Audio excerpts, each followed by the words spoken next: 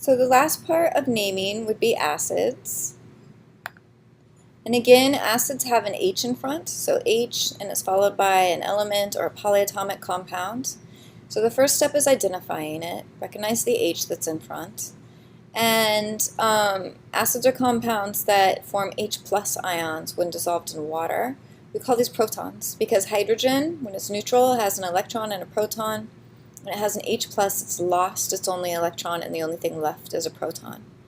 So acids will be labeled as aqueous in water, AQ, letting us know that the H plus ions are present in water. And for naming acids, there are two ways. We categorize them into two groups. We have binary acids, and those we could say don't contain oxygen. They only have two types of elements present, one being H and the other being just an element from the periodic table. For these acids, binary, we say hydro, and then whatever the other element is, ic acid. The second type of categorizing acids are the oxyacids. These contain polyatomics. Remember that polyatomics can also be called oxyanions. So if you see an H in front of a polyatomic, it follows this set of naming rules, which I'll go through. So we'll start with naming the binary acids, the acids that only have two different types of elements. So you say hydrochloric acid, hydrofluoric acid, hydrosulfuric acid. They all say hydro to emphasize the fact that it has hydrogen in it and no oxygen, and then chlor to tell, or fluor, to tell the type of element that's in it, and then ic acid. Hydrochloric acid is stomach acid. Hydrofluoric acid is commonly used in etching glass because it eats through a lot of materials.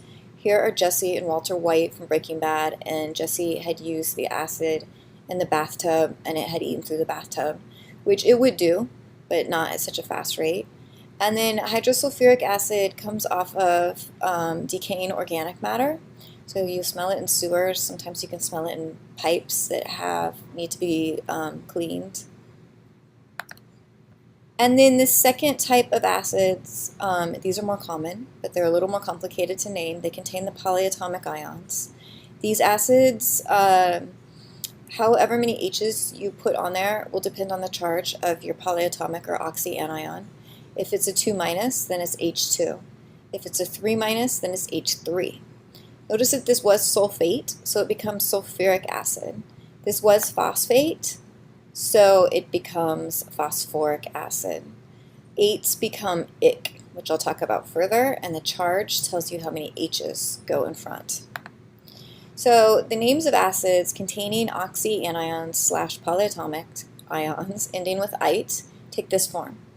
You take the name of the polyatomic, or the oxyanion, whatever you want to call it, and you change the ending to "us" acid if it was an "ite" polyatomic. So here's sulfite. Now that sulfite has the H in front, it's an acid, and now it's sulfurous acid. Here's nitrate, and oxyanions / polyatomic ions ending with 8 take this form. They become ic acids. Note that we didn't use hydro with either one. This is just sulfurous acid. We don't use hydro when there's an oxygen present. And this, which was nitrate, becomes nitric acid. So there's a mnemonic to help you. Ic, I ate a poisonous bite. Whatever was a polyatomic that ended in 8 becomes an ic acid. Whatever was a polyatomic ending in ite becomes an us acid. And here's some more practice. Here's, if you recognize the H in front, you know it's an acid, and then you have to determine what polyatomic ion this is. And it's acetate, which becomes acetic acid, which you find in vinegar. It's about between 4 and 5% in vinegar. And then here's nitrite, and so it becomes nitrous acid. Just to compare, this was nitrate, and it became nitric acid. And this comes from nitrite. There would have been a negative charge here, and now it's nitrous acid. In general, the us acids are much weaker than the ic acids. So the more oxygens you have in your polyatomic, the stronger the acid.